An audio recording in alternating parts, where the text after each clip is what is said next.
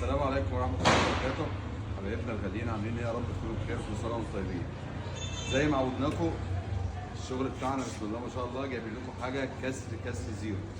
وبرضه لازم نشوفوها مع بعض عشان نعرف احنا بنتكلم صح ولا بنتكلم غلط. معانا بوتاجاز رويال جاز 60 في 90 5 شعلة. بسم الله ما شاء الله.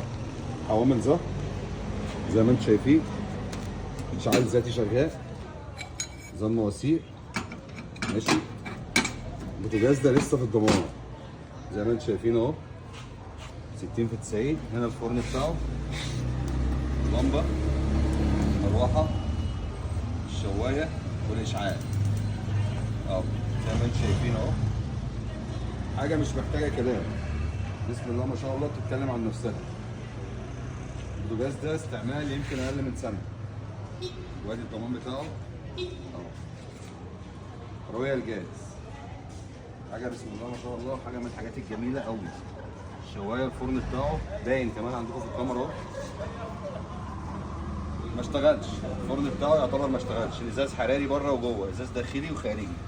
مفتاحين للفرن يولع فوق وتحت مع بعض، فرن وشوايه مع بعض في وقت واحد.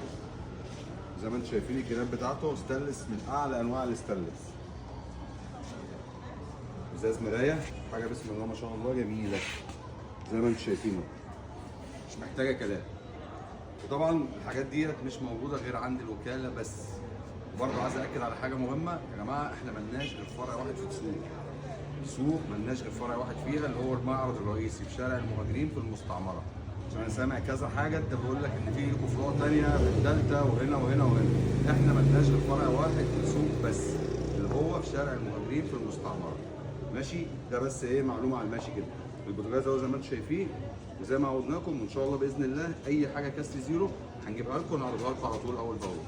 كل سنه وانتم طيبين والسلام عليكم ورحمه الله وبركاته.